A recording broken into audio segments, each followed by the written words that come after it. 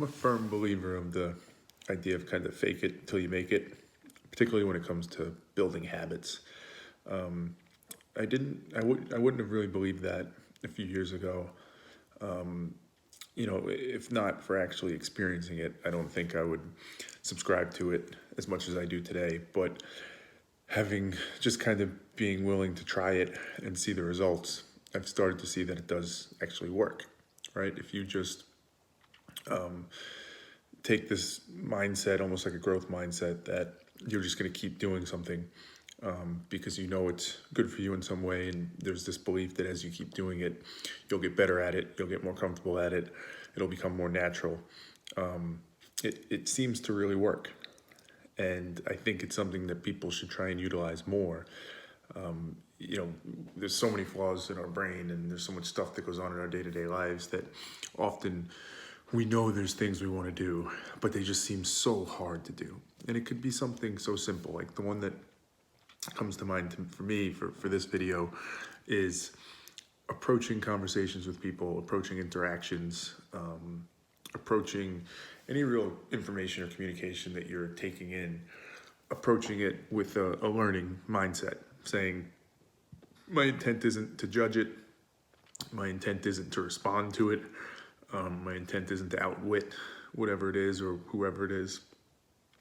My intent is just to learn from it, because if I learn from it, I become that much better off, right? If I'm thinking the long game and I'm thinking about trying to improve myself and all these things, the best thing I could do is learn from it. It might not feel like it in the individual moment. It might feel more tempting to judge it, to pass some value judgment, to attack it, to get angered by it, to let your emotions seep in, all those types of things, to jump on with it, to feel like, hey, this person gets me, and we're on the same team. Let's go with that.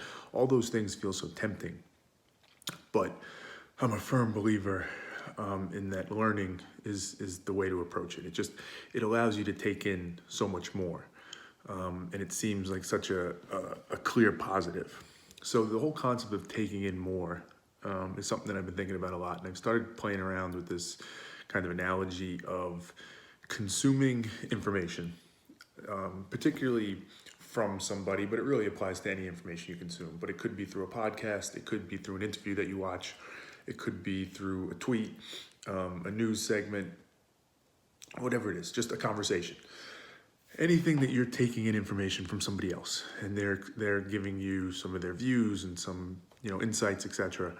I view it, or I try and view it, almost as you would consuming food as a human or any animal. And this idea that you consume it, and when you consume it, your body needs to go through a process of actually digesting it and pulling out the nutrients that are relevant, separating out the waste so that they can be, disposed of. Really what goes on through your digestive tract. I almost think of that as how you should approach consuming information. When that information comes in, you need to go through some process to identify what's actually valuable in this, if anything. What's the waste that I just need to ignore and get rid of? There needs to be that process you go through. Now, unfortunately, when it comes to food, it's just an automatic process that our body does, and it's just equipped and knows how to do it. The problem is when it comes to information, it relies on a more active process, obviously through our brains, but it's not something that comes naturally. It's not something that we can just put into autopilot mode and just expect to have happen. People think that way sometimes, or they act that way, but the reality is, because of all the flaws, because of all the biases and blind spots, etc., all the things we talk about, it needs to be an active process of thinking about that process of digesting this information and separating out the nutrients and the waste, etc. So it's something that I think about a lot. And as I've tried to, maybe formalize it a little bit or put some structure around that framework, it came to mind that there are probably 3 types of nutrients that you're taking in when you take in information. And I should say, there's probably some information you take in that is much like a junk food. It's you take it in just for the enjoyment, the taste of it, whatever it is, with full acknowledgement that there's no nutrients in this. There's nothing good for me. I know that. I'm splurging a little bit. I'm eating something. There's plenty of things you can do like that. There could be certain news you watch. There could be certain shows or comedies or reality shows, whatever it might be. And sometimes it's people that are actually shooting out information that they think is relevant, but you can appreciate the absurdity of it and you take it in for just that, and you know that's what it is. So that does happen sometimes, where there is just kind of junk food, junk information that you take in. It's important you know that and that you own that. You don't eat a diet just of Cheetos and Doritos or something and expect that you're going to be okay. So it's important you know that. But I think that's actually a pretty small fraction of the information that you take in. I think most of the info that you take in has some nutrient value into these 3 nutrients that I would categorize them, all in different proportions. So the first nutrient is just the actual information about a topic, in a conversation that you're having. Let's suppose you're having a conversation with somebody about racial injustice. They may share some information about Jim Crow laws or what life was like in the 1950s, or some information about Juneteenth and what that holiday actually represents. And there might be some information in there that you didn't know. You learned something new about the topic itself that you're talking about, right? And that's the first type of nutrient you take in. And that's something, when you bring in this information, you want to identify that. You want to see, obviously you want to validate that there's truth to it, but assuming it is, it's pretty simple. It's pretty clean. Typically they're facts, or close to them. They're objective truths in some way. And you take that in and you learn something new about the topic. Pretty straightforward. I think most of us can think in those terms. It's kind of how we went through school. We learned facts, we learned information, we take that in, we keep the ones that seem the most relevant, and we go about our business. The second nutrient, which is probably not as intuitive, but super important, and you'll find in lots of types of information that you take in, this may be the highest weighted nutrient. So it's important not to miss it, not to lose it, not to assume it's waste and just kind of pass it through. It's the opportunity, or it's the nutrient of actually learning something about the person that's giving you the information, right? So put aside the actual relevancy to the topic, the way in which they deliver the information, the things in which they're focused on the topic, the emotional charge behind it, the viewpoints, right? Their subjective views that come with it. These are all things that teach you about that person. They teach you about that person and how they feel about the topic.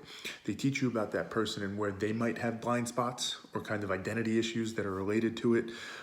They teach you in how they think, how they view the truth and the reality in their world. There's all sorts of things you can glean from this, from something like this, that teaches you somewhat how you should evaluate the information that's being brought in, right? It gives you information about the source, but it also teaches you about how to interact with that person and how to go back with them.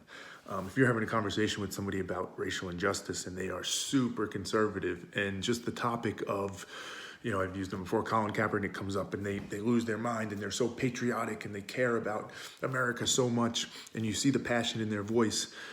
If you're trying to have a productive conversation with them or a productive relationship, those are nutrients you want to take in to understand that and say, hey, if I'm going to try and conversate with this person and give them some opposing views or challenge their thoughts, I have to kind of be sensitive to that if I don't want it to just get derailed. So getting those nutrients, getting that information becomes really valuable. And again, it's something that can be overlooked. The third type of nutrient, which is probably the most often overlooked for various reasons, is, so somebody passes you some information. They give you their views on racial injustice or Colin Kaepernick. So you learn something new perhaps about the topic. Like we said, when the Jim Crow laws were enacted or something like that. You learn something about the person and their views on that, where they're focused, their passions, their emotions, etc. But you also learn something about yourself. Right? Every time you take in information, whatever it might be something you knew already, might be something you didn't, might be with somebody you've had a conversation with or haven't before, the way you initially interpret and react to that information is relevant. It teaches you something about yourself. Does something trigger you right away? Is there anger that comes up when you hear somebody complain about Colin Kaepernick? Is there empathy? Can you empathize with this person because they're a military veteran and something in that triggers in you and it makes you feel deeply passionate for them? All those things are teaching you things about yourself. And it's not just the immediate reaction. It could be the later ones too, of how you kind of process it and how you think about it, where you tend to lean. All these things are things you want to know about yourself and you want to question, right? When your emotions get involved, when you start acting irrationally. All those things are things you want to be aware of and cognizant of. And all these stimuli, right, that come in from the information you gather are opportunities for you to learn more about that.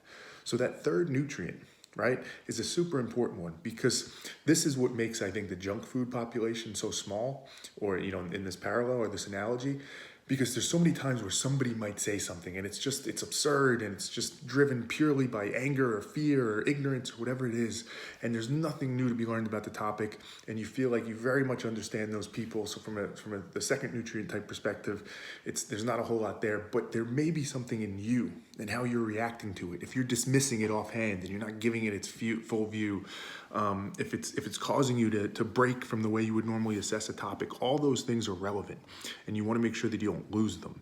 So again, much like we digest food, it's important to figure out what's relevant in all this information that's coming in and what's not.